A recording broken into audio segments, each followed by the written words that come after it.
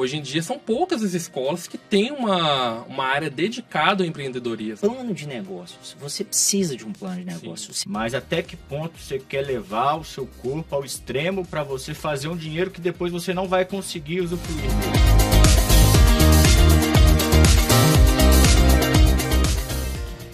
Empreendedorismo na medicina e na saúde. Por onde começar? Bom dia, pessoal. Muito bem-vindos ao mais um podcast Segurimed, que traz informações da área da saúde para o seu dia. E meu nome é Cassiano Oliveira, sou advogado especialista em direito médico e consultor empresarial. E hoje nós iremos falar desse tema tão importante que alguns profissionais da saúde eles perguntam sobre questões de abertura de empresa, sobre abertura de consultórios, eles querem entender um pouco sobre empreendedorismo, e esse podcast não serve só para a área de saúde, serve para qualquer empresário, qualquer empreendedor que queira se organizar, para ter uma noção mesmo bem ampla dos principais pontos para a gente poder discutir aqui, como identificação de oportunidade da sua área, planejamento estratégico, finanças e orçamentos, aspectos legais e regulatórios, gestão de pessoas, marketing brand, atendimento ao cliente, tecnologia, inovação e avaliação e adaptação. Então são pontos super importantes para a gente poder discutir. Hoje eu estou aqui com o João Paulo, ele é especialista em marketing, já trouxe ele outras vezes, ele falou aqui junto com sua esposa sobre marketing, brand, mas enfim, tudo que é bom a gente tem que repetir, então vamos repetir aí um assunto logo após deste que nós iremos falar. E nós estamos também com o Rafael. Rafael é um grande amigo meu, ele é especialista também em direito da saúde, vai falar também um pouco de um tema super importante que logo mais nós iremos dizer. E quero agradecer a vinda de vocês. E, enfim, vamos iniciar aqui com o primeiro ponto, muitas vezes o profissional da área de saúde, ele vem querendo montar um consultório. Por onde eu começo? E realmente são perguntas e são dúvidas que eles têm, porque eles formaram, eles têm toda uma cadeira, são cadeiras ali na área de medicina muito pesadas realmente, e eles não têm absolutamente nada nessa área de gestão, e até na dúvida, eles têm bastante dúvidas quanto à questão do que fazer, mas depois que faz uma residência em determinadas áreas ali da medicina, eles querem fazer o quê? Eles querem empreender, abrir seus consultórios, trabalhar em cooperativas, e aí eles têm algumas dúvidas quanto a onde iniciar, E o primeiro ponto é a identificação de oportunidade. Primeiro ele tem que entender aonde que ele está. Por exemplo, ele forma em São Paulo. A gente sabe que São Paulo tem diversos concorrentes. Então, e aí? O que fazer? Porque você vai ser dermatologista, você está iniciando uma carreira. Ele já fica pensando, poxa, mas aqui o mercado é saturado. É como a área de advocacia, o Rafael pode falar também quanto a isso. Forma por ano 40 mil pessoas bacharéis. Desses 40 mil, 30%, 40% passa no OAB e são novos advogados. Então você vai ter que ter uma identificação aonde você atuar e qual área que você vai atuar. Sim. Mesma coisa na medicina. E aí ele vai precisar identificar essas lacunas ou mesmo se deslocar para outros lugares. Sair de São Paulo, vai para o interior de São Paulo, que tem muitas oportunidades no interior. Então, essa identificação é o primeiro passo. Sim. Porque não adianta só ele chegar lá, e, não, vou fazer, vou acontecer. Claro que ele pode ter seus diferenciais e trabalhar em São Paulo de igual para igual com vários nomes da área que ele escolher. Mas e aí?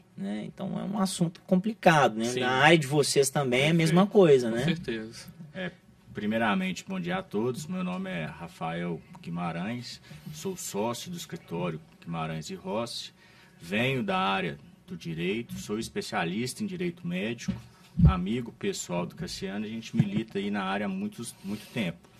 Então, é importante frisar que acredito eu que essa parte do empreendedorismo, tanto do médico quanto do advogado, ele é um problema que a gente encontra na população brasileira em geral pela falta de educação ali na escola, na faculdade, na graduação. A gente não tem nenhum preparo para poder sair da vida e empreender. O mercado ele é muito variável. Então, a gente sabe que antigamente os médicos plantonistas saíam da faculdade, já tinham ali valores exorbitantes de plantão comparado a hoje. Sim. Então, a gente teve muitas clínicas populares que foram implementadas, isso, inclusive em São Paulo, diminuiu muito o mercado. Então, é um mercado que a gente tem que perceber que ele está em mudança, ele está evoluindo e tem que ser construído um diferencial. Uma coisa muito importante que eu acho interessante é que tanto o profissional da saúde, o médico no caso, quanto o advogado, o paciente tem muita... O cliente do advogado e o paciente do médico, ele tem muita afinidade com a pessoa, tanto do advogado quanto do médico.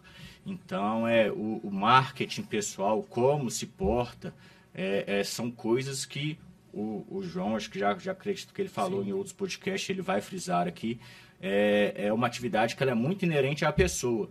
Então, na faculdade, na graduação ou na especialização, é uma coisa que fica um pouco, os médicos ficam à mercê desse conhecimento. Sim, com certeza. Primeiramente, bom dia, né? Mais uma vez agradecer o Cassiano pelo convite, participar do podcast. E o Rafael frisou bem, né? A gente tem o empreendedorismo, ele já começa com um problema lá no início, que é justamente a falta de estudo. Né? Hoje em dia são poucas as escolas que têm uma área dedicada ao empreendedorismo. Né? Então acaba que a pessoa, quando ela começa a empreender, independente se for médico, advogado, marqueteiro, no meu caso, ele tem que buscar alternativas fora da área dele de estudo. Né? Então, por exemplo, eu formei, não tinha noção nenhuma de empreendedorismo. Eu comecei a empreender depois que eu formei, que eu tinha uma noção maior de como que eu iria atuar na minha área. Atuar na minha área de formação, que no caso é o marketing, né? E aí eu comecei a buscar alternativas, né? E uma dica assim que me ajudou muito quando eu comecei a empreender foi acompanhar muito o Sebrae. O Sebrae, ele ajuda muito os empreendedores. Né? Então lá você tem diversos cursos, inclusive eles te auxiliam nessa questão de identificação de oportunidades, né? Você começa lá, você dá uma ideia do seu negócio, não precisa nem ser o plano de negócio, você dá uma ideia do seu negócio e fala, olha, eu quero um consultório em tal lugar, eles vão te ajudar, qual que é a melhor oportunidade, vai ter cursos para isso, eles te auxiliam até mesmo na parte de abertura, né? Se for o caso do CNPJ, abertura do seu... da sua marca e tudo mais, eles fazem indicações também. Então fica aí uma dica, né, para todos esses profissionais que auxiliam muito. Para mim, pelo menos, me ajudou pra caramba. Sim, né? Eu mesmo não tinha noção nenhuma. Né? A única coisa que eu sabia no início é que eu precisava de ter um CNPJ. Né? Porque hoje, quando você fala assim, vou empreender, eu tenho que ter uma empresa. Nem sempre. Nem sempre você precisa ter uma empresa. Você precisa saber o seu ponto start. Até isso que você falou, no meu início da minha carreira, quando eu formei bem cedo, né? A minha primeira formação foi contabilidade. Então, eu escolhi uma faculdade já que era de gestão. Então, diferente de vocês, eu já tive na grade muita coisa voltada ao empreendedorismo, a como se portar e a ser dono do seu próprio negócio. Então, isso é muito interessante na hora da escolha. Aí eu digo isso em outras profissões. A área médica não tem muito isso, porque nenhuma grade curricular vai falar, opa, vamos falar de empreendedorismo. Não. Realmente você vai seguir uma área, a sua área, você vai escolher o tema ali, a sua residência, e depois você vai ter que procurar, né,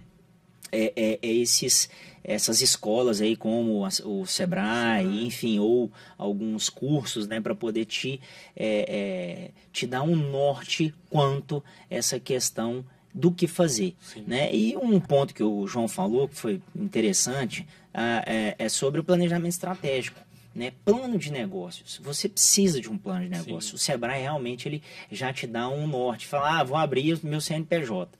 Eu, por exemplo, trabalhei 2 anos para depois abrir meu CNPJ, né? E eu tive essa percepção de abrir o CNPJ porque os clientes começaram a pedir nota fiscal. Mas antigamente não tinha, né? Não pedia, porque o serviço era pouco, a prestação de serviço não era tão vultuosa. Mas depois que você começa a aprender ali que, opa, eu tenho oportunidades, né? A gente perdeu até contratos por não ter CNPJ. Exatamente. Aí você fala, eu preciso tomar essa decisão. Então, assim, tem realmente o empreendedorismo, ele é muito interessante, porque você pode começar realmente ali como autônomo, sem muitos detalhes, sem questão de aprender planejamento estratégico e todos esses pontos que eu já falei, falar, não, pelo amor de Deus, isso é besteira. Mas vai chegar uma hora da sua vida que você vai precisar. Você vai precisar. Não adianta. Não, isso é um fato. Comigo foi exatamente como você descreveu, Cassiano. Eu comecei antes mesmo de formar na faculdade de marketing, né, publicidade. Eu começava fazendo desenvolvimento de sites, eu aprendi por conta própria mesmo, então não foi a faculdade que me auxiliou nisso. Só que quando eu comecei, teoricamente eu já estava empreendendo, só que eu não estava profissional. Eu estava fazendo ali como autônomo mesmo, sem CNPJ, sem nada. E aí esbarrei nesse mesmo problema. Chegava em alguns clientes maiores e falava assim, olha, eu preciso da nota fiscal. E aí? Aí eu tive que me virar, né? Eu tinha que pedir o terceiro para emitir para mim, que eu sei que é errado, tá, gente? Isso aí não é para seguir, viu? Eu fazia isso, mas eu aprendi a lição depois. Mas foi justamente por conta disso que eu comecei. Opa, peraí, eu preciso fazer alguma coisa. Foi aí que eu comecei a estudar mais, comecei a fazer os cursos no Sebrae. Abri meu primeiro CNPJ lá no início, que foi MEI, né? O MEI também ele abriu muita oportunidade hoje para as pessoas que querem empreender também, né? Que antes você tinha um pequeno problema que não existia MEI. Há um tempo atrás não tinha um MEI. Não era qualquer pessoa que poderia empreender de forma profissional. A pessoa às vezes tinha uma lojinha ali, vendia um produto ali, mas não tinha um CNPJ, como é que ela fazia? Então hoje até mesmo os pequenos empreendedores que eles querem começar um próprio negócio e quer profissionalizar ele, já tem um meio para poder te ajudar também. E a questão desse planejamento estratégico e o plano de negócio, eu gosto de dizer que é um negócio, ele realmente não é fácil de se fazer, porque ali dentro tem várias coisas. Você, na verdade, você vai andar por todos os setores de uma empresa, para que, né, como ela deve funcionar. Então, nós vamos falar sobre finanças, sobre marketing, né, sobre a questão de gestão de pessoas. Só que depois daquilo pronto, né, eu sei que muita coisa dali do planejamento estratégico, do plano de negócio, você não vai utilizar naquele momento, né, porque você tem que ver suas forças, suas fraquezas. Aí eu estou falando do FOFA ou SWOT, né, análise SWOT, enfim. Aí você vai falar, cara, que besteira, missão, visão, valores. Pra que isso, né? Pra que isso? Assim, realmente no início, né, você quer trabalhar, só que você precisa fazer essa organização até para saber aonde você quer chegar. Sim.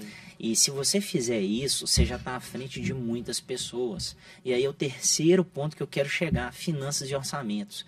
Como que você abre um negócio sabendo que você tem que ter um fluxo de caixa, você vai precisar de ter um fôlego, né, e estruturar suas finanças orçamentárias de despesas, né, aluguel, água, luz, condomínio, suas ferramentas tecnológicas, né, não sei, né, qual área aqui que, por exemplo, o nosso ouvinte trabalha, mas você vai precisar ter talvez um CRM, né, um sistema ali para poder contabilizar as coisas, um sistema financeiro. Ah, não, mas eu quero usar planilha. Não tem problema nenhum, eu fiz isso durante 2 anos, tudo na planilha.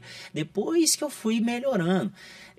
Só que o que eu estou querendo dizer é que realmente a gente tem que fazer esse planejamento, porque depois não é só ali gastar, e você tem que ter uma previsão.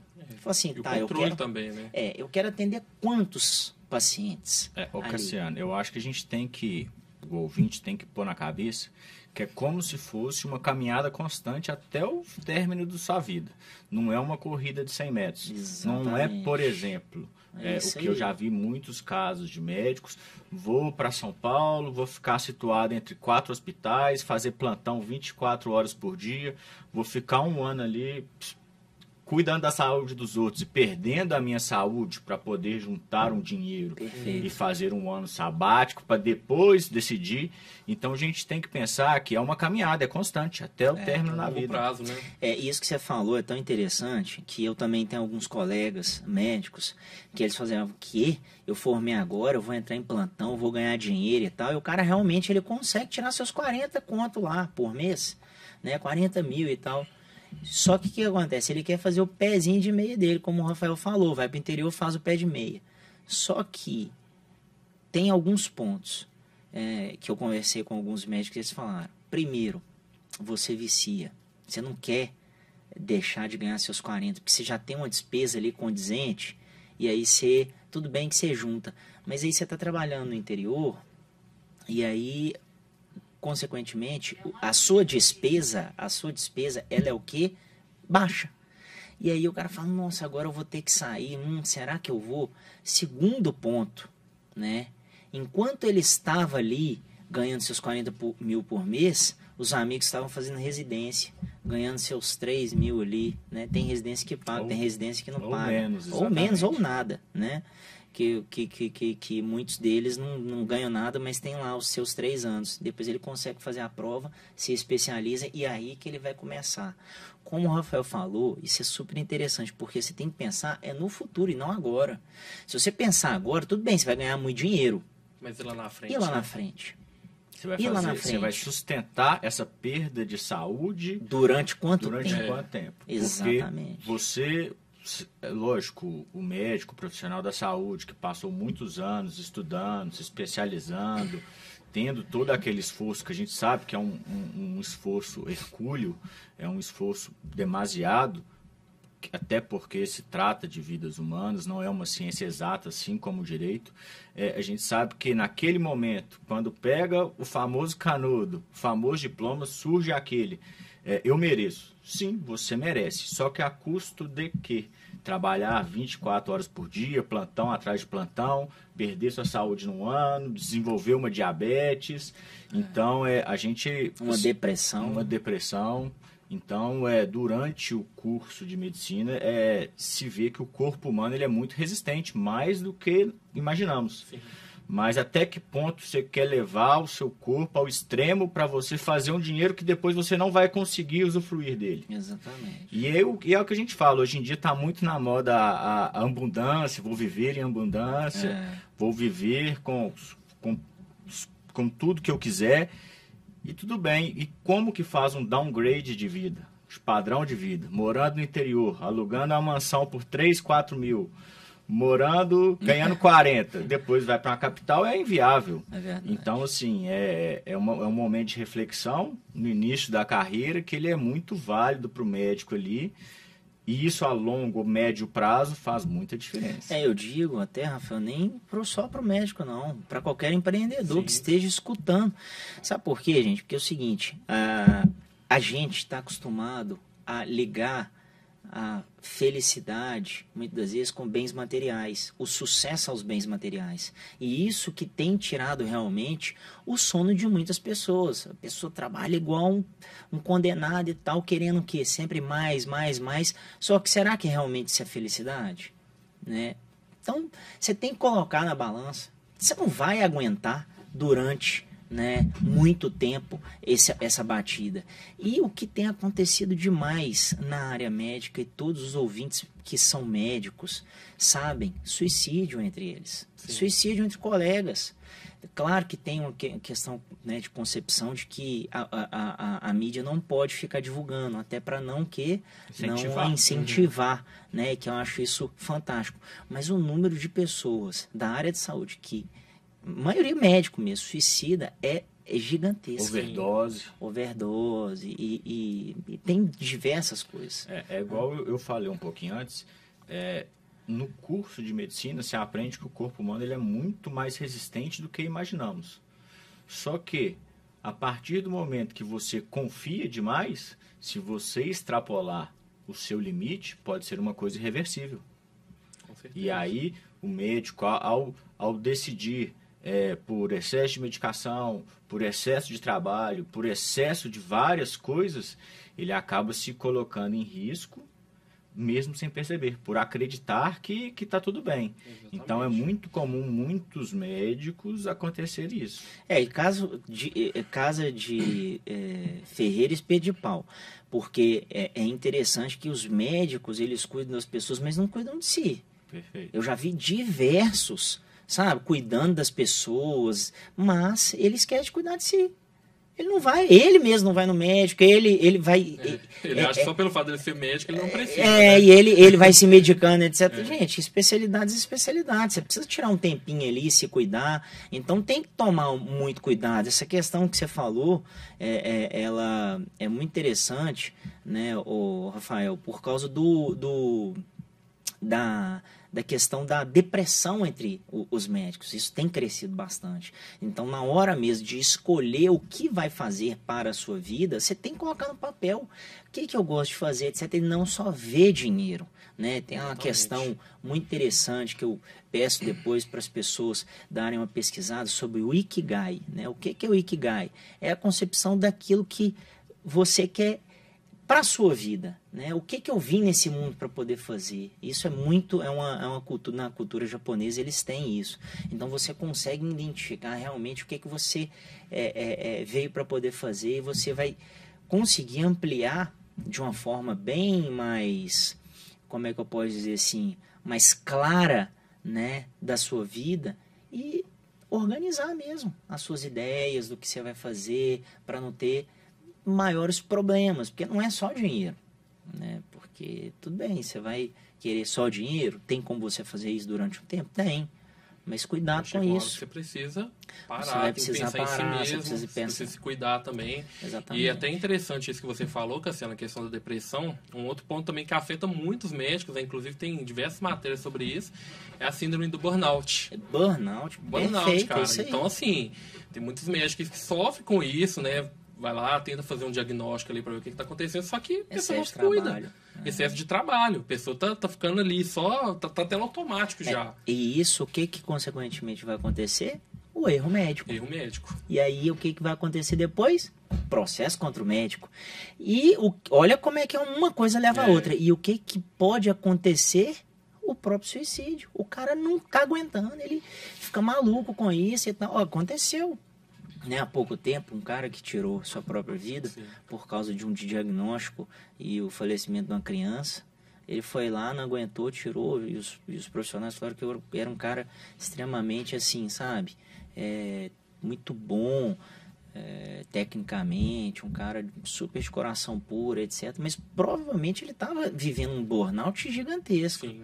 Ele não estava cuidando da saúde mental dele. Isso, e é importante frisar isso, que havendo o erro médico, existem algumas esferas que o médico pode ser responsabilizado, já foi objeto de outro podcast, mas eu já vi muitos casos de que médico tem um processo no CRM, ele acredita que ali é onde ele vai ser defendido, mas na verdade o objetivo do processo administrativo ali é apurar a verdade.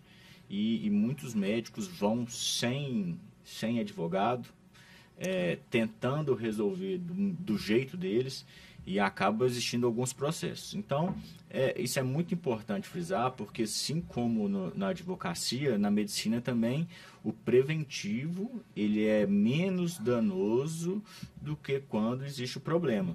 Então, o médico que está ali se envolvendo nesse tanto de problemas, a pressão de cliente, o médico que fez o atendimento seguinte querendo tirar a responsabilidade dele, o hospital apertando o médico, e vem família, e vem isso tudo, o médico ele se sente muito sozinho quando ele não procura ajuda. Então, isso é uma coisa que tem que se levar em consideração.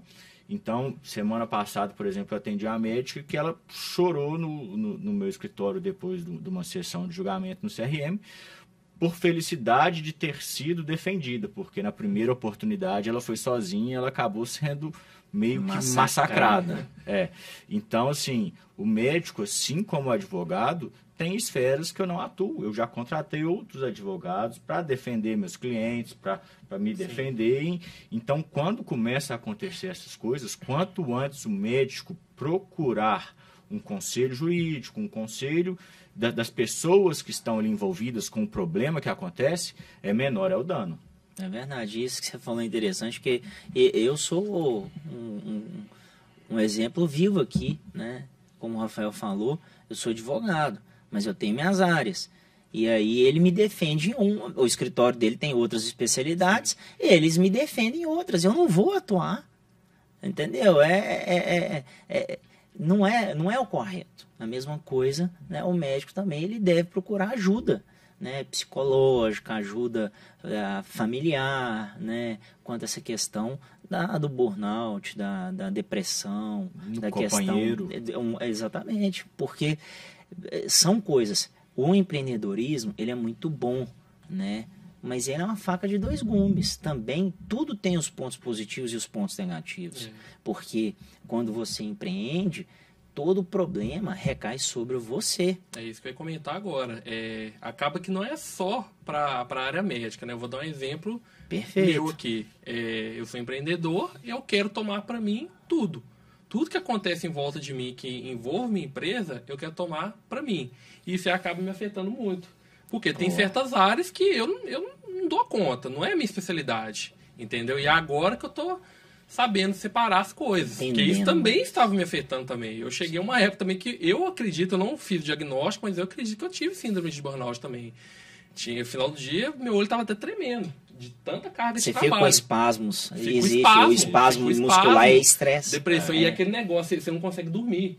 Você fica dormindo já pensando na manhã. Amanhã, nos problemas. Amanhã eu tenho que fazer tal coisa, não, amanhã eu tenho que fazer isso com o cliente. Gente, tem que dar uma pausa, senão você não consegue viver.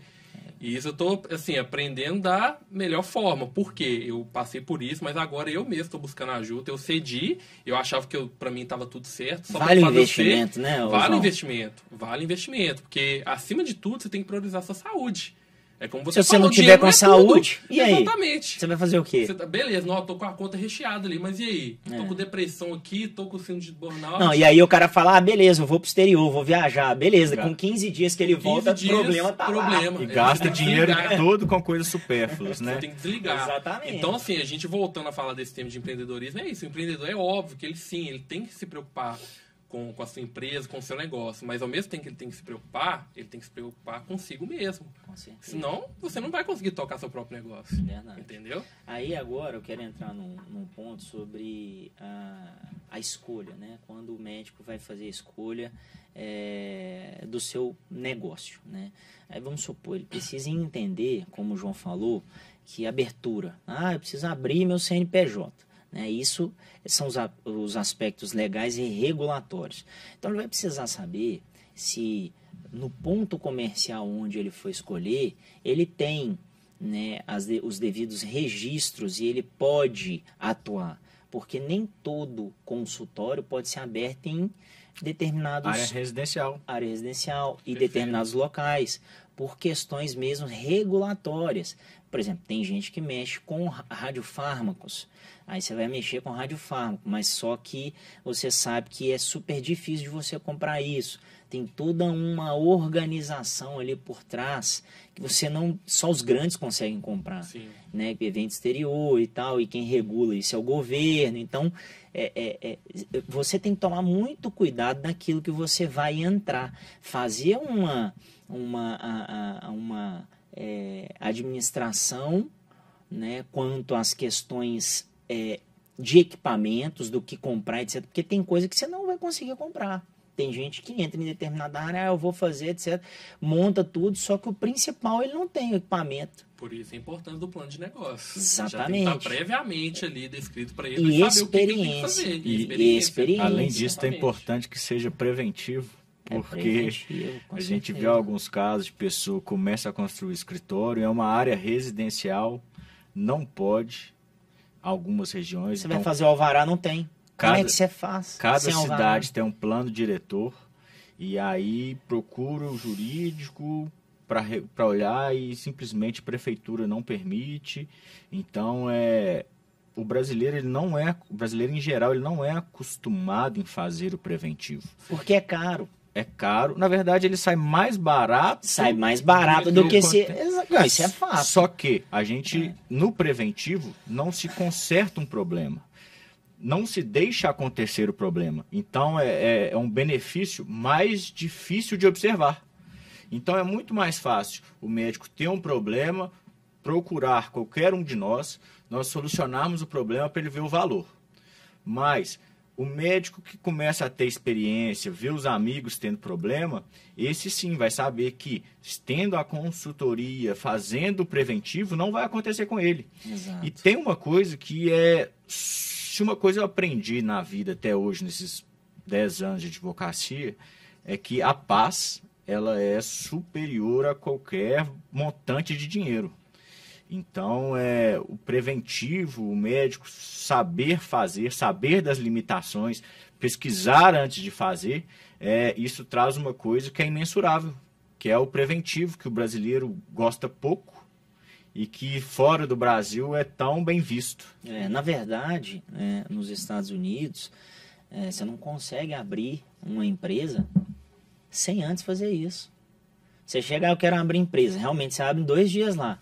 Tudo bem, vamos lá. Eles próprios, o governo ali tem um setor, como se fosse um Sebrae, para poder passar tudo. Sim. E ele, olha que interessante. E tem um caso, né, realmente, de um brasileiro que é super, muito bom, né, padeiro e tal, queria abrir uma padaria e tal. Ele foi lá, conseguiu o green card, falou, não, vou abrir minha empresa, já atuava, né, aqui no Brasil e tal, foi para lá para poder fazer esse empreendimento.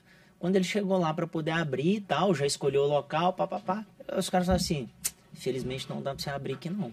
É porque? Não, porque a gente já fez a verificação para você. Você vai ter o concorrente X, Y, Z e tal. Isso não vai ser condizente. Você não vai conseguir. Olha que interessante, cara. A preocupação. Sim. Eles não estão dizendo não para você. Só que tá falando assim, cara, tá cheio de concorrente aqui. Vai para outro lugar. Né? E isso é muito interessante porque é um planejamento. E se a gente não faz isso, né, a gente vai ficar, amarrado. Para tudo na nossa vida a gente faz planejamento. Quando você vai casar, por exemplo, você não tem que fazer um planejamento. Você tem que fazer um planejamento, saber onde que você vai casar, o quanto você pode gastar, sua lista de convidados. Na hora de comprar um carro. Você que futuramente vai ser papai. Você já está fazendo planejamento, eu tenho certeza que você já está fazendo planejamento. Então por que na área profissional não pode ser igual? Você tem que fazer um planejamento também. Isso para qualquer área.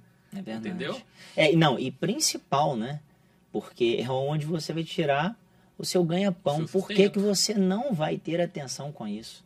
Exatamente. Então, você deixar isso de lado e fazer pelas coxas, né? Como diria a expressão, essa questão não tá certo. Cultural e relacionada aos Estados Unidos, eu acompanhei um caso até de um amigo em comum que ele comprou 2 postos de gasolina em Miami.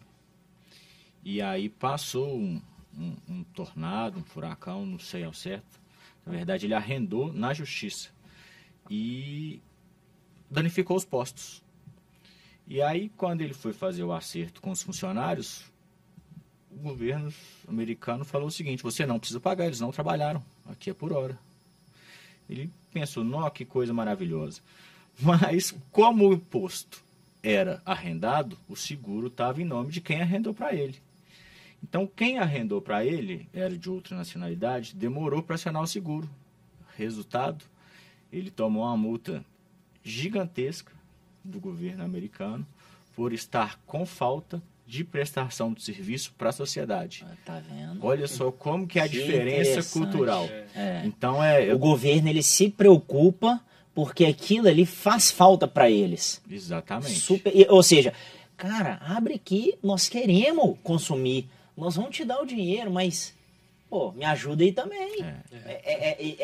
Justamente essa a visibilidade do americano. Foi bom a gente trazer esses exemplos, assim, né? Tanto esse do padeiro quanto o seu, que eu achei super interessante, que realmente são áreas e áreas. Né? E aqui no Brasil, infelizmente, a gente não tem isso. E as pessoas falam assim, mas empreender no Brasil é muito difícil. Tem diversas pessoas que eu já escutei, né, que são fora, são empreendedores, grandes empresários do mundo, que eles falam que o melhor lugar para se empreender é o Brasil. Por quê? Porque falta tudo. E falta, gente. Realmente falta qualidade. Por que quando a gente vai para o exterior, a gente é tão bem atendido, você fala, nossa, que diferença. Você chega aqui, é tudo mais ou menos. Determinados lugares, né? Sim. Não são todos, não posso generalizar. Realmente, você vai para São Paulo, você vê uma diferença em atendimento, de qualidade. Sabe, é coisa realmente de primeiro mundo. Agora, tem outros lugares, vai para o Norte, Nordeste, nada contra, mas você já vê atendimento ruim, algumas coisas que o pessoal não te dá atenção. E a beleza natural é de outro patamar, Exatamente, né? ou seja, tinha tudo para poder ser grande potência turística. Só que as pessoas falam assim, cara, eu não vou para lá, porque não dá. As pessoas não te atendem, falta de qualidade, demora, isso aqui. E você quer o quê? Você quer o melhor sempre. Né? São exemplos assim que a gente está saindo um pouco fora do escopo aqui, mas é justamente para poder mostrar que também na medicina é a mesma coisa. Isso, exatamente. Eu ia fazer esse link para a gente voltar ao tema da área médica, que a maioria dos problemas é por falta de boa comunicação entre o médico e seu paciente, entre o hospital e o paciente. Relação médico-paciente. Essa relação médico-família, eu já vi diversos processos médicos, tanto na esfera administrativa quanto na judicial, que a denúncia é: minha mãe teve um problema, alguém tem que ser culpado. Por quê? Porque não foi explicado, não foi orientado, todo procedimento tem que ser explicado, que pode ocorrer intercorrências. Às vezes, pro médico, para quem atua na área, isso é muito normal, se sabe disso, de senso comum de quem está na área. Mas, para quem é o leigo, está buscando o serviço... Quem está na outra ponta, né? É a verdade que precisa ser dita, é o essencial que precisa ser dito. E o médico, ele começa a empreender, começa a pegar paciente atrás de paciente, ele quer diminuir o tempo, ele quer fazer mais atendimentos, quer faturar mais, ele acaba esquecendo de fazer o básico. Então, verdade. Toda vez que se pega assim, algum cliente, algum médico para fazer isso, a gente tem que ser reiterado diversas vezes com o médico que é lógico que se ele explicar de maneira técnica, é impossível do paciente, uma pessoa leiga, entender. Mas dar o básico, explicar de maneira simples, de maneira de fácil compreensão, isso é uma obrigatoriedade da profissão, assim como o advogado, assim como do marketing. Todo mundo, quem está adquirindo um produto seu, um atendimento seu, quem é seu paciente, ele tem o direito de saber o que está acontecendo e quais os riscos. São ciências humanas, não existe 1 mais 1 é 2. Eu posso fazer uma cirurgia, dá tudo ok, e eu ter alergia à substância que foi aplicada. Então, tem que ser avisado tanto para o paciente quanto para a família, caso ele fique inconsciente, caso ele possa ter alguma intercorrência, seja de grande risco. Por quê? Porque isso acaba diminuindo muito os danos que o médico pode sofrer. Isso aí tem a questão do termo de consentimento, é uma questão também, não deixa de ser regulatória, né? Sim. Quando o cara, o médico, o empreendedor ali, ele vai empreender, ele vai precisar dessas questões todas muito organizadas. E esse ponto que você falou eu achei muito interessante, Rafael, porque a questão do atendimento e a relação médico-paciente, quando ela é boa, né, com o médico, ele vai ter o quê? Indicações. Não tem coisa melhor do que indicação. Você pode gastar rios de dinheiro com marketing, com brand, mas se você não entrega um serviço de qualidade, uma atenção, você não adiantar você trazer mais pacientes ou clientes, que seja, né? Porque as pessoas vão falar assim, cara, não vai, o serviço não está condizente ali com aquela expectativa, né, do marketing que traz aquela beleza nas redes sociais.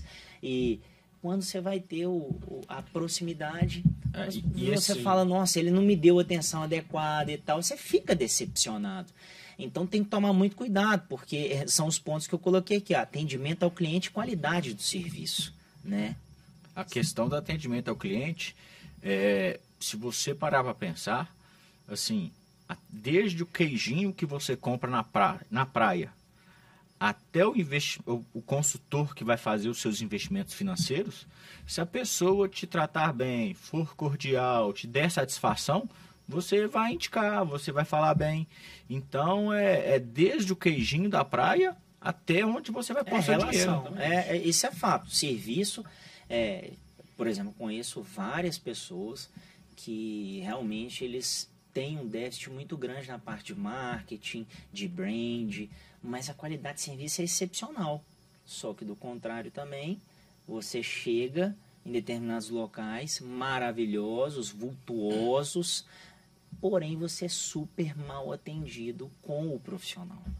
A equipe até funciona, mas o profissional, ele não te dá atenção e você quer atenção. Sim, é o que a gente conversou até no último episódio, né, Cassiano? Não adianta nada você fazer aquela maravilha de divulgação lá nas suas redes sociais, no seu site, né? Vai trazer leads para o seu escritório, vai trazer clientes para o seu escritório, chega lá, você é mal atendido. Não adiantou nada. Você está transmitindo uma coisa na rede social e está passando outra coisa no presencial. No presencial. Não adianta nada. Não adianta, entendeu? você tem que conectar. E hoje, né, o que a população mundial ela tem?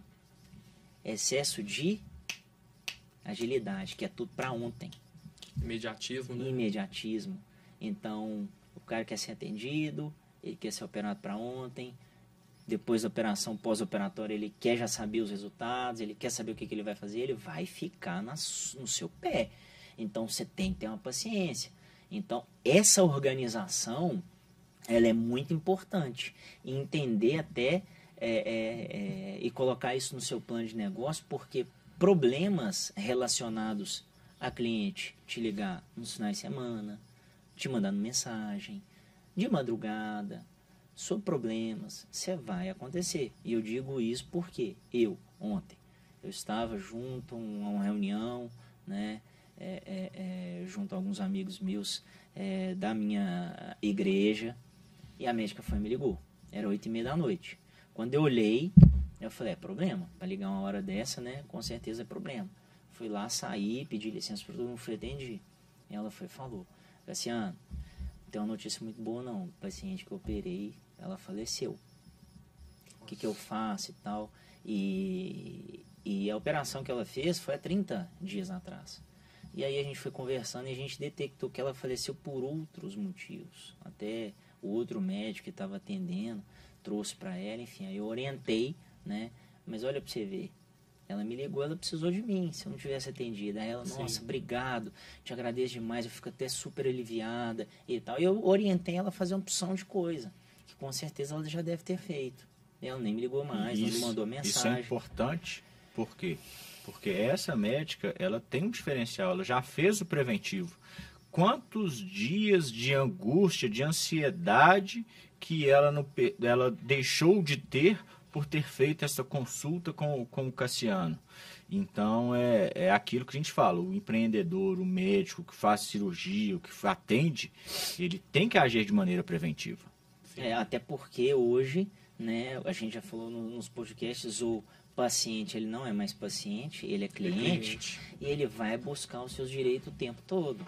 E as ameaças? Quantas vezes o paciente sai lá do consultório e tal, aí o médico me liga, nossa, Cassiano, ele falou que vai me colocar no Instagram, nas redes sociais, no jornal e tal.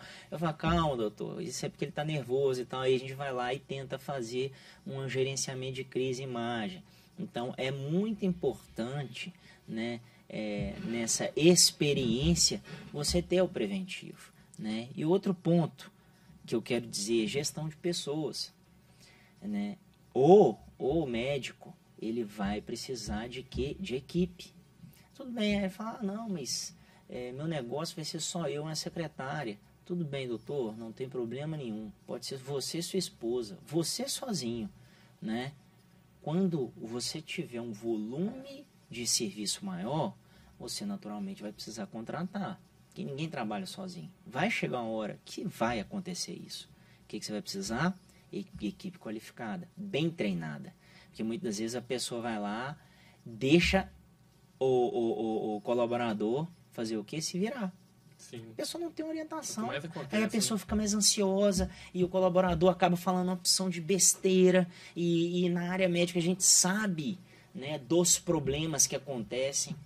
Quantas vezes, pessoal, vocês foram em clínicas e foram maltratados pela secretária? Diversas vezes. Eu acho que a maioria. Sabe, são poucas clínicas que você vai que a recepcionista te atende com qualidade. É impressionante. A maioria são senhoras, a maioria ali um pouco mais velha e tal, e aquelas que como se ela fosse a médica. Fosse a médica, a dona. Né? Eu não gosto nem de falar médica, porque o médico te trata muito melhor. Muito melhor. Todos eles te tratam muito melhor, porque tem uma educação e tal. Esse pessoal sabe do risco dele, né? O médico sabe do risco. Então, exatamente. Então você já começa errado. Colocando a pessoa, é risco na certa. Sabe? Porque o cara já fica de saco cheio. Ele já chega assim, nossa, eu tenho que ver aquela mulher. Nossa, se é aquela atendente. E tal. Você já fica assim, ó. Sabe? E a pessoa... Você vai querer nota fiscal? Daqui a forma de falar já te incomoda. Você fala, meu Deus do céu. Não, e isso aí vai refletir diretamente no médico. Com certeza, você vai indicar uma pessoa dessa? E às vezes é um médico mega capacitado, Exatamente. mega... tem todos os instrumentos, tem tudo para ser um bom médico e acaba não decolando a carreira. E aí, ele tem que receber o feedback disso. Eu, como dono do escritório, vocês dois também como empreendedores e donos dos seus negócios, e eu por diversas vezes eu dou feedback para pessoas que são donos do negócio. Por exemplo, se eu fui num médico e eu fui bem recepcionado, eu falo. Se eu fui no banco e minha gerente me trata bem, eu dou feedback.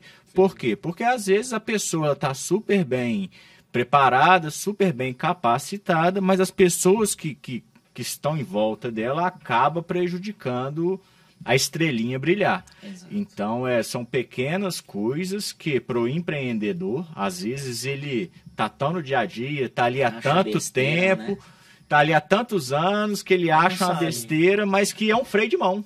Esse ponto que você falou, eu ia tratar lá na frente, mas eu vou já aproveitando que o Rafa já falou, que é a avaliação e adaptação. Sim. Tem os NPS, né? Os NPS, não sei se vocês já viram, algumas drogarias já tem. Você chega lá, tem as carinhas para você apertar. Ou lojas que você põe lá, né? Vermelho ruim, amarelo mais ou menos e verde bom. Né? Então, esses são o quê? Justamente avaliações que você precisa pegar do seu paciente. Porque, às vezes, você pode fazer até no Google Forms, nos formuláriozinhos, você encaminha. A pessoa, às vezes, te dá um feedback, você fala, cara, como eu não pensei nisso?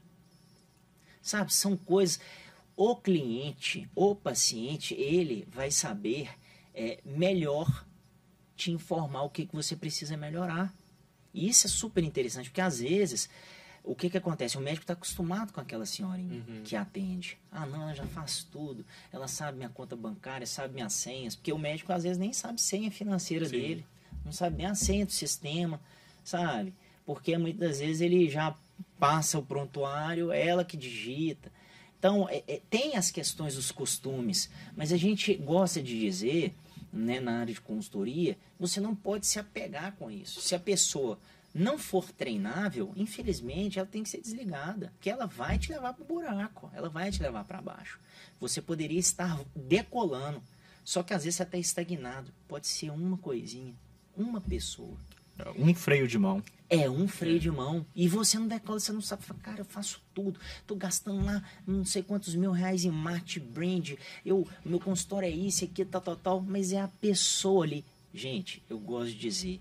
Né, quando eu tinha escritório, né, grande de advocacia, a cara da empresa é a secretária. É ela que vai dar o primeiro sorriso, sabe? Se ela não atender bem, já aconteceu. Eu vou contar um caso, né? E esse caso eu achei fantástico como exemplo.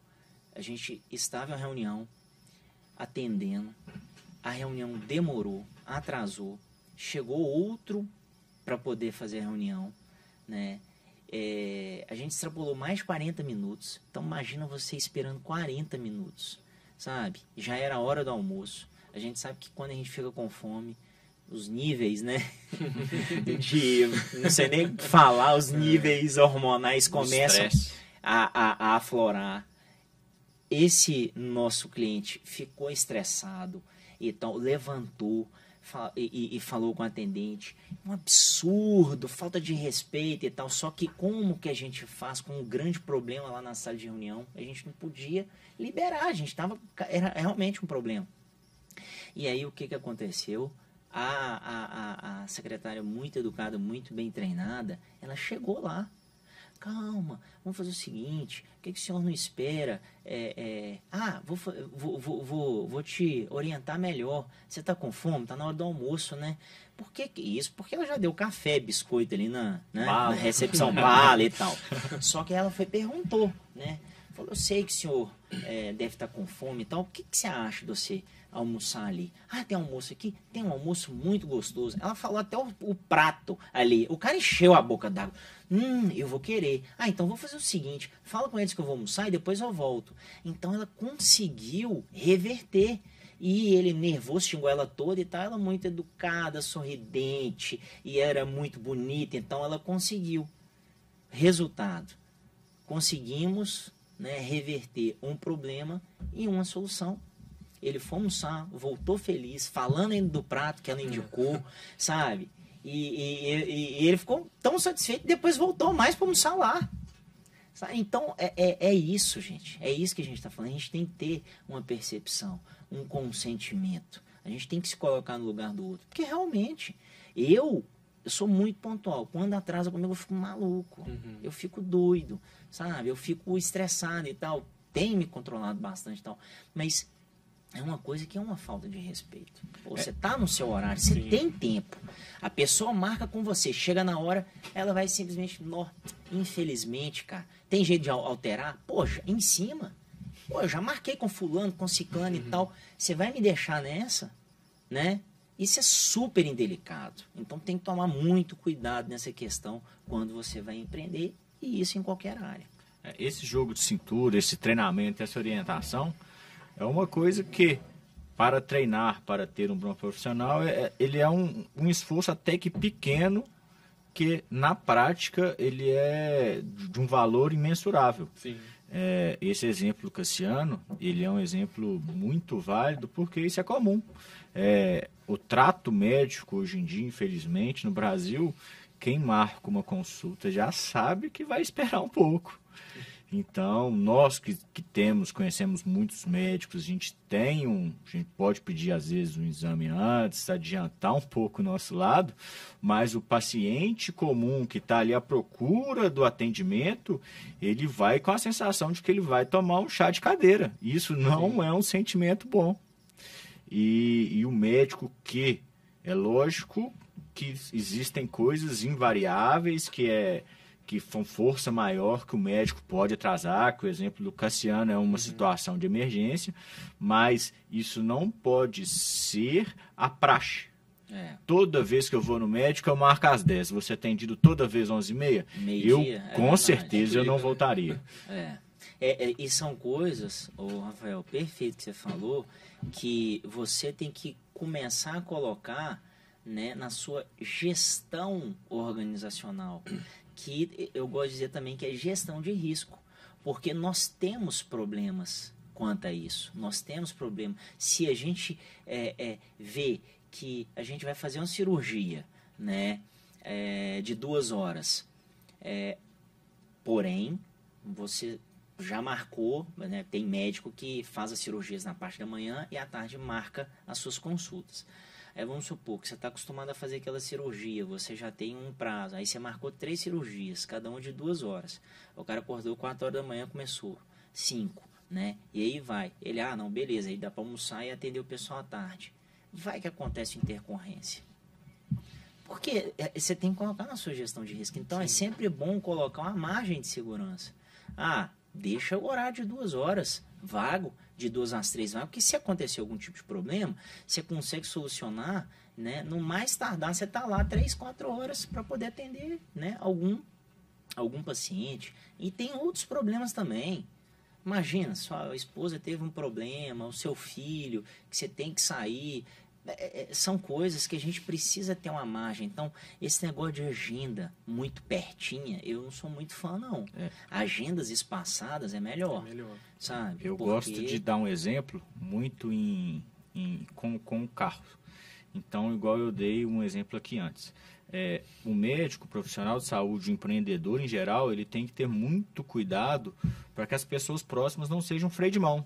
Porque às vezes você está acelerando, dando a vida, tentando fazer crescer, e o cliente vai na sua secretária, na sua recepcionista, fica no vácuo, fica sem atendimento. Então, outra coisa que eu gosto de falar também, aproveitando o ensejo do Cassiano, é que o profissional, o empreendedor, ele também não pode andar cortando giro, no limite. É verdade. Você tem que estar previsto uma pausa, uma intercorrência, uma folga, um descanso. Tanto o advogado, quanto o médico, quanto o marketing agente, nós que estamos aqui. Os empreendedores. Os empreendedores, em geral, você não pode andar cortando giros sem ter tempo para pensar, sem poder resolver qualquer imprevisto. Porque aí as coisas que eram supérfluas naquele momento, daqui a pouco vão passar a ser urgentes e bem danosas, né? Sim.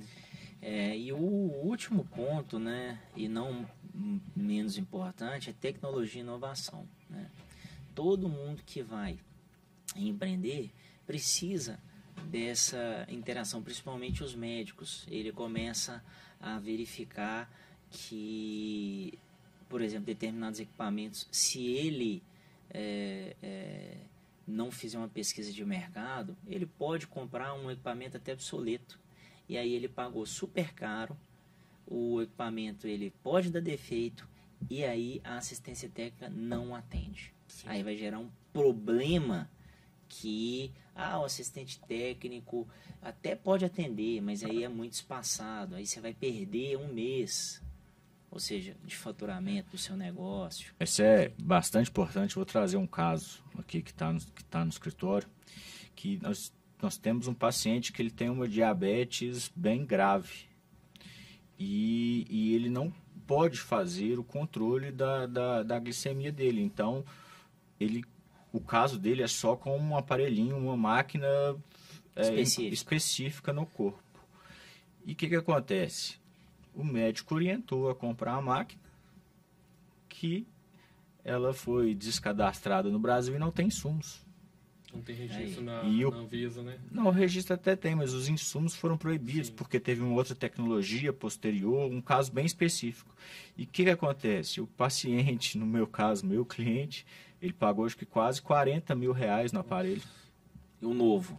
Não, no antigo, que ficou obsoleto. Devolveu o dinheiro, tá vendo? Imagina, isso aconteceu com o seu cliente, mas aí tudo bem, ele é paciente. E quando acontece com o profissional? Eu tive um caso de uma cirurgiã dentista que ela comprou uma cadeira, né, de mais de R$40 mil, que aquelas cadeiras bem top mesmo, bem, né, que enfim, cheio de tecnologia. Pagou, mas não levou. O fornecedor ficou enrolando. Não, agora vai, paga lá. Quando ela pagou ali a última prestação, não, agora vai. Sumiram. E aí ela ficou a ver navios.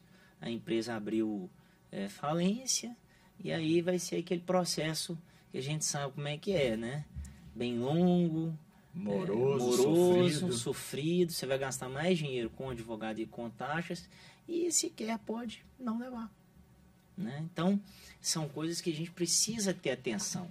Né? E principalmente porque a tecnologia na área médica vem evoluindo cada vez mais, né? Hoje nós vamos, a gente tem tratado sobre equipamentos que já são aí, gerenciados por inteligência artificial.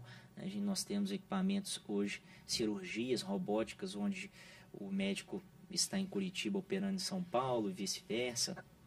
Então, as coisas têm evoluído bastante, né? Principalmente na área de estética. Já alguns equipamentos, como o Rafael falou, já foram tirados do mercado, só que ainda estão vendendo. A indústria tá lá com seus 1000 equipamentos. Vamos vender. Desculpa falar, mas sempre tem um bobo saindo de casa. Vamos vender. Depois lá na frente, se ele vai usar, etc. E tem médico que não tá nem aí. Usa da mesma forma. Perfeito. Qual que é o problema? O paciente não sabe. O paciente não sabe, eu vou usar, eu já estou acostumado com essa máquina aqui, já paguei, vou reverter isso aí em lucro e depois eu vendo isso, depois eu compro a nova e tal.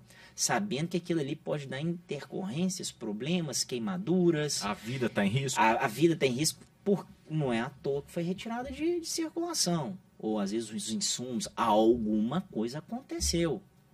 Aí você vai procurar saber a fundo. E aí você vai entender, só que você já pagou. E aí? Por isso que é bom sempre a consulta prévia antes, né? Você vai o comprar um equipamento, você vai fazer a pesquisa, igual você citou o exemplo aí, né? Da médica comprou o equipamento, a cadeira e não chegou. Isso. Se ela tivesse feito a consulta prévia antes, por exemplo, Reclame Aqui. Reclame Aqui é uma boa fonte de informação. Quem sabe lá no Reclame Aqui já não tinha várias reclamações lá falando que a empresa não cumpre o combinado, não cumpre o prazo. Então, se ela tivesse feito isso antes, quem sabe, não é garantia, obviamente, mas quem sabe ela não seria onerada, entendeu?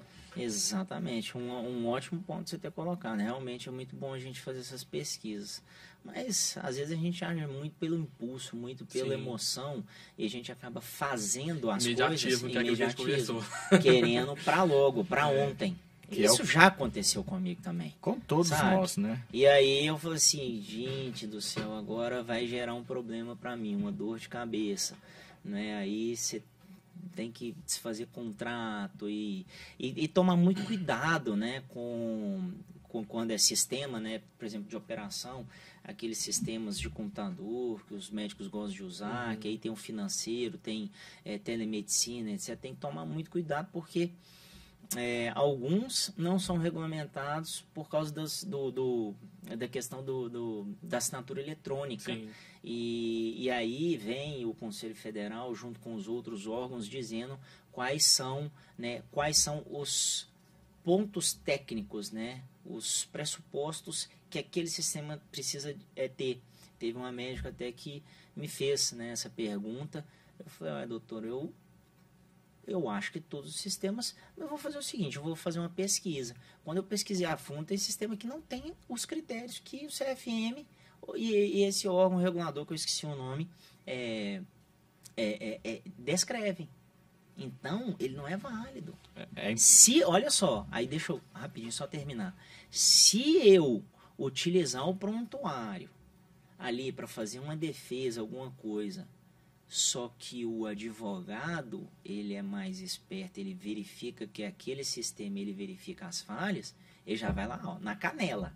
É ou não é, Rafa? Exatamente. Ele vai falar assim, pera aí, esse sistema aí, esse prontuário aí, ele não está homologado, se não está homologado, ele pode ter alterado a informação. Com certeza. Entendeu? Cara, e aí, você perdeu a ação, praticamente. Sim, a gente tem que pensar que o juiz é uma pessoa, mas como que você vai julgar um processo. O juiz, ele julga com as convicções dele, lógico, ele é um ser humano, mas ele com o que as partes produzem de provas para que ele possa julgar. Sim. Se você baseia sua prova num prontuário que ele não é homologado, ele não tem força, que outro subsídio você pode dar para ele? Então complica muito a atuação do advogado. Mas uma coisa me chama a atenção, que o Cassiano faz com maestria, que a médica, no caso dele, fez com maestria, nesse exemplo, é que a tecnologia, toda semana você vê artigo científico mudando. Então a pessoa que tenta levar as convicções dela como verdade para esse quesito de tecnologia, de legislação médica, de conhecimento médico, ela está fadada ao fracasso, ao erro seja jurídico, seja médico. Por quê? Porque se você não se atualizar constantemente, você vai dar informações inverídicas, até porque toda semana a gente tem aí um artigo falando que o que era certo virou mais ou menos, daqui a um tempo vira errado. Esse assunto é um assunto para outro podcast. A gente tem que, eu vou te trazer aqui para a gente poder discutir, porque isso que o Rafael falou é interessante, porque existe uma indústria, né? Uma indústria muito bilionária por trás disso. Aí eu digo em relação a medicamentos, a sistemas, porque é justamente isso, são encomendas, artigos encomendados, né? Sim. Então, e aí a gente não sabe o que é certo e o que é errado, por exemplo, e a gente acaba caindo no erro. Mas isso que o Rafael falou eu achei muito interessante, porque muitas vezes o vendedor é muito bom também, né? Sim. Aí ele te passa a lábia, você não sabe que aquele sistema precisa ser homologado conforme CFM, o regulamento dos órgãos, etc. Você vai e paga, pode ser até mais caro, e lá na frente você vai... né, Não vai alcançar a finalidade dele. Né? É isso aí, pessoal. Muito bom o tema. Gostei muito. Quero agradecer ao Rafael, ao João Paulo, né, pela disponibilidade de estar aqui, falar sobre empreendedorismo, né, da gente falar, foi um bate-papo muito legal. Né? Espero aí que os nossos telespectadores realmente vejam isso como um aprendizado, porque muitos pontos foram tratados aqui. Se você, né, que é telespectador e se interessou, anotar, você vai aprender, vai consequentemente fazer as coisas certas. E hoje tem internet, você procura lá, dá um Google, dá um chatbot lá, né, o inteligência artificial, ele vai te explicar bem, né, cada área, mas como tudo, tome muito cuidado, porque realmente é bom você ter especialistas ao seu lado para poder te orientar, porque nem sempre o barato, né, nem sempre o caro sai barato, ou o barato sai caro. Então a gente tem que ter uma percepção aí. E aí, o que é caro para você, às vezes não, né, vai sair barato lá na frente. Né? Ou às vezes você acha que é muito caro para você agora, lá né? na frente, Lá na frente vai sair mais caro ainda. Então essas percepções a gente tem que ter a todo momento. E a gente aprende muito com experiência, né, pessoal? A gente aprende, todo mundo aqui já deve ter passado por isso, falar, não, eu vou fazer aqui, sai mais barato, depois você vai ter que fez de novo.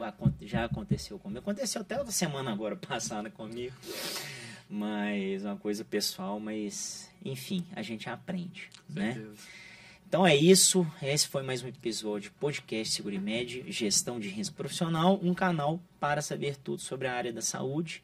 Não deixe de nos seguir, compartilhar e dar seu like. Se quiser saber mais sobre o assunto, entre no link que está logo abaixo ou o link da biografia do nosso canal.